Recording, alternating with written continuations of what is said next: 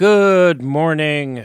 It is now Monday, June the 8th, 2024. I'm Thomas Caldwell of the Aurelian Column, and this is the Monday Morning Report. Greetings from the remote countryside. I have had to change my location. It's a long story and one involving all sorts of personal challenges and revelations, some of them not so pleasant, but I had to move. And I'm kind of glad where I'm at now because right now I'm sitting outdoors and looking at a beautiful landscape of rural America, which is real America if you think about it. For someone who's been inside the Beltway a little too long, it's a welcome relief.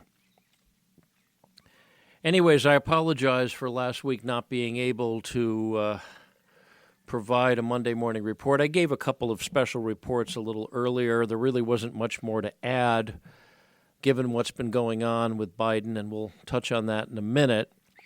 But one of the problems I had was my big Macintosh audio-video machine. In the move, something happened, and it stopped working. The screen, for some reason, is not functioning, and that's going to be taken in to get fixed, if it's fixable. What I'm talking to you now is on a very old laptop. I had to completely reinstall software and bring it up to speed. So if things are a little choppy, you'll excuse me, but I'm using technology that's quite old, although it still functions. Kind of like me, I guess. But anyways, thank you for your patience in that regard. Now, Mr. Biden and the fallout continues with no sign of let-up, kind of like a bad nuclear war. The leftist powers at the helm of the United States are now in total panic mode. To follow up on what I said before regarding the debate, it wasn't so much surprising as that people were surprised. Anybody who had a reasonable level of intelligence, which seems to be fewer Americans these days, would have seen back in 2020 this guy really didn't have many sharp knives left in his drawer. And the fact that everything has been left to the last minute, I think, is more attributable to foolishness and stupidity on the part of the Democratic leadership and the leftist powers in the United States than it is with some underlying plot. Now, as of this morning, Mr. Biden is still in the running. And I'm not too surprised at that. In some discussions I've had with some other colleagues, it's been pointed out that, well, let's just say that the Biden family is not known for their legitimate activities. In fact, there was once a documentary done I saw that talked about all the dozens and dozens of companies they have, and they really don't produce anything. So that's a interesting investigation waiting to happen, one would hope. But remember, we used to call Mr. Biden Beijing Biden, and that's because of the connection he had with the Chinese. So one possibility is that his paymasters are hoping he stays in power long enough to keep things moving.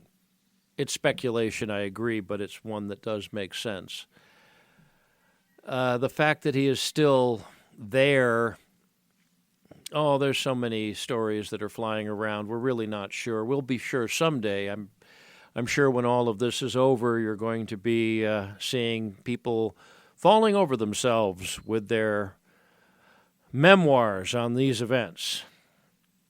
What I think is probably happening is all the people that have paid him in the past are now doing what they can to keep him in power as long as possible because they need to get their money back. So, that being said, let's look at the other side of the presidential race of 2024. And I'm not the biggest fan of Mr. Trump, to be fair. I know a lot of people listening to me are, but let me point something out that's a little disturbing. All of the eggs of political change to something being more sane than it is right now are being put in the Trump basket. Now, he's not the healthiest guy either. He's only a couple of years younger than Biden. He isn't known for his quality of exercise or quality of diet. He's a big fan of fast food. And it's quite possible he's not going to last too long either. It's important to point out something very, very significant, and that is Mr. Trump is not the one who created this movement in the United States. He just ended up getting stuck at the head of it. There's a massive populist movement in this country to restore sanity, and it's not found in the cities. It's found where I am, out here in the countryside. Good old America was always built on hard work, an agrarian attitude, personal industry, and morality, and a belief in the divine, whatever that divine happens to be. A sense of right and wrong, a sense of common sense, a sense of sanity. You don't find that in the cities. The thing is, the cities are dependent on the countryside, and, well, I'll let you play that one out in your mind yourselves. There's too much being put on Mr. Trump. There's too much faith. There's not an awful lot of movement in other places. There's not a lot of political office seekers that are trying to ride on his coattails. There's a whole bunch of people on the Democratic side trying to jump off of Joe Biden's coattails, but not the other way around. And this is dangerous as well, because if something happens to Trump or he doesn't get elected, which seems unlikely now, but given the shenanigans that is capable of being pulled when it comes to American elections, not beyond the realm of possibility, we could find ourselves with nobody in charge who anyone of any significance has any faith in. So one suggestion is that look for alternatives to Mr. Trump if he doesn't work out. Not necessarily for the office of president, but for people in the Senate, people in the House, people at the local level, governors, that sort of thing. There's a lot of people running for office this year. So don't just think of Trump. Think of other people who are part of this massive populist movement in the United States, because that's what's going to be needed to make any change anyway. Presidents are not dictators, in spite of all the accusations made in that department. Remember, federal republics like the United States are designed so that change does not happen quickly. It's built into the system. Again, folks, the United States system of government at the federal level and even at the state level is designed so that change does not happen quickly. That is a safety factor that was put in there. Because when you can suddenly have total power, you can head into some wrong directions pretty quick that you can't get out of. The problems we're seeing in the United States now are decades in the works. They built up over decades, many decades. And they're not going to be solved quickly, and they're not going to be solved easily. So I would just take a deep breath and let in as much common sense and rational thought as you possibly can and go from there. Now, speaking of elections, I remember people saying, oh, the right wing has taken over in France, and now overnight we're learning that the left wing has taken over. Now, I do not understand French elections or their electoral system, but like most people who've studied different cultures, I can say, quite frankly, that the French are weird. That's basically a law of the universe, kind of like the speed of light. The French are weird. Their country is being invaded from Africa and the Middle East. Their culture is being destroyed. Their people are being killed. Their women are being brutalized. Everything is vanishing, and there's apparently some people that think that's a good idea. Well, we have that in the United States too, but not as bad as Europe. So there's all sorts of conspiracy theories flying this morning, and I would not dive into any of them. I would wait and see. But at the same time, France is really not a big player anymore. Europe is pretty much doing itself in right now.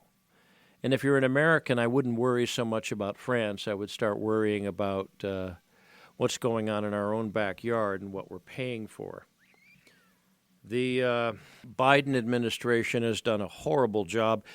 The thing that is coming out now, because people are actually taking notes, remember about a year ago I was telling everyone to watch the prices of food? In some places it's tripled, I've noticed. Victor Davis Hanson, who's an interesting guy to follow, and I recommend. He's with the Hoover Institute at Stanford University, and a very, very well-respected author and historian, especially about classical civilization. He pointed out that sheets of plywood that used to cost less than $10 are now costing $50 and $75. Now, I haven't bought plywood in a very, very long time, and in fact, I don't remember ever having to buy plywood in my particular life, but that's a big, big price jump. I do have to buy food, and I've noticed it's doubled the sort of stuff I buy in the last year. So inflation is here, and it's not little inflation, it's big inflation. And this is a direct result of the Biden administration's actions and inactions. That's something you got to pay attention to. That's something you got to follow. And that's something you got to watch. And that's something you have to hold people accountable to, especially in the upcoming election. Now, Texas. One of my listeners I've known for many years has been in touch with me for the last couple of days about the hurricane that is bearing down or is hitting about at the time of I'm recording this, the state of Texas, the great state of Texas, was an independent country for 10 years. Then it joined the United States for some reason, but Texas is a very interesting and unique place, and I've visited it a couple of times, and I recommend people do that.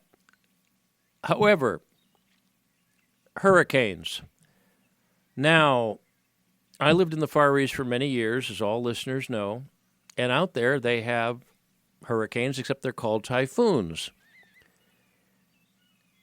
The difference between how the people in the Far East handle typhoons and the people in the United States handle hurricanes is like night and day. Out there, homes have pressure valves built into them that you open and close when a storm is coming. That equalizes the pressure inside the house and outside the house. Basic science from an elementary school level.